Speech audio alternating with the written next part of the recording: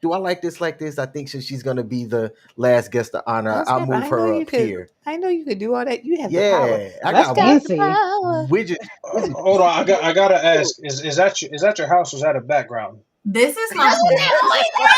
Every No, everybody's like, I don't know what type of wall The aesthetic. aesthetic. Yes. Like, no, it's my home. This is my home office. That is That's the real couch. King has been in it. She can throw a corner listen. back there if you need her to. It's real. It's real. Listen, you done gave me a whole complex. I know you were talking about earlier about men having complexes, King. Well, I'm telling you, I got a because I'm like, hold on, my interior designer is not interior designing. I'm Like, wait a telling you, I do minute. interior designing too. So if you need someone to come and just kind of set the scene, aesthetics, Look, I got you. we got to talk because man, I said, wait, is that real?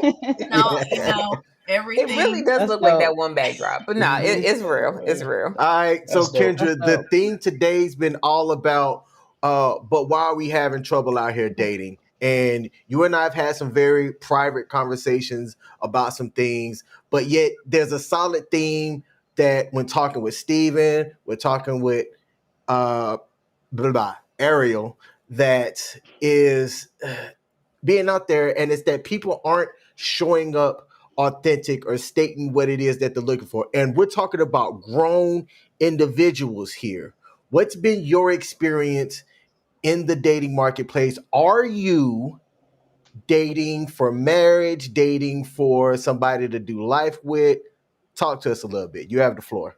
So, like you stated, we've had numerous of conversations. I just recently decided to start dating again for April, right? And then I decided to come back inside because my brief moment outside for I think it was a week, it was really chaotic. And as I've stated before, people really say they want someone who's transparent. We're going to go 100%. What do you want? What do you don't want? What do you not want? What do you see in your future? So for me personally, I'm dating. My purpose is to get married. Again, don't come off the bat and say, we're going to get married. I will run for the hills, right? You don't know me personally. I don't know you, but it's like a progression, right? We have to be friends. You have that baseline of an understanding, then it progresses naturally. And then if it develops into like a courtship relationship, that conversation needs to be had.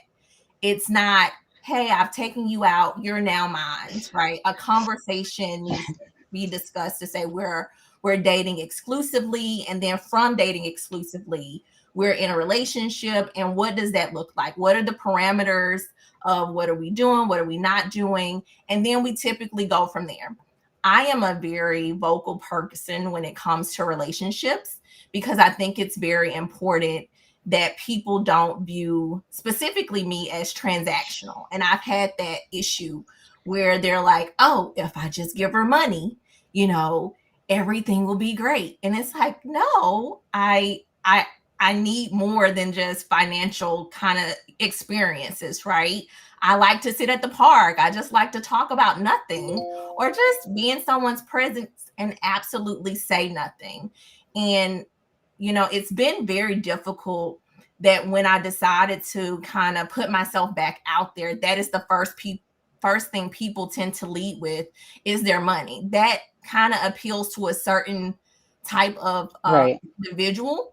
But I don't want to be looked at as that's what's going to captivate her attention. I feel in a sense that it's belittling, and it makes me feel more, as an item in which you can purchase, and I'm not at the store, right? So now, I like that. Now, Kendra, I've had some transactional relationships in the past. I think that there's an epidemic out there that's starting to widen the gap in relationships because there are certain people that see that as a viable option, so they're okay with that. And more men are starting to kind of raise their hand and go, you know what, like, this isn't a bad lifestyle. Like, I can do this and be okay with it. Do you think that that's also, in your opinion, are you seeing more of those men expecting something more transactional instead of actually finding something that's, real? No, I don't think necessarily they don't want anything authentic. I think just leading with that is what turns me off. Right. Okay. I don't think that's a negative. If someone wants to have a transactional relationship, by all means that's perfectly fine. But I Right. don't want to lead in that manner because I don't want anyone to assume that you have to pay for me to be happy. Right. And again, that's why I always say I want to be your friend first. Right. So I need you to understand that's not how I was raised. That's not who I am. Do I like things of quality? Do I like to travel? Do I like experiences? Yes, I do.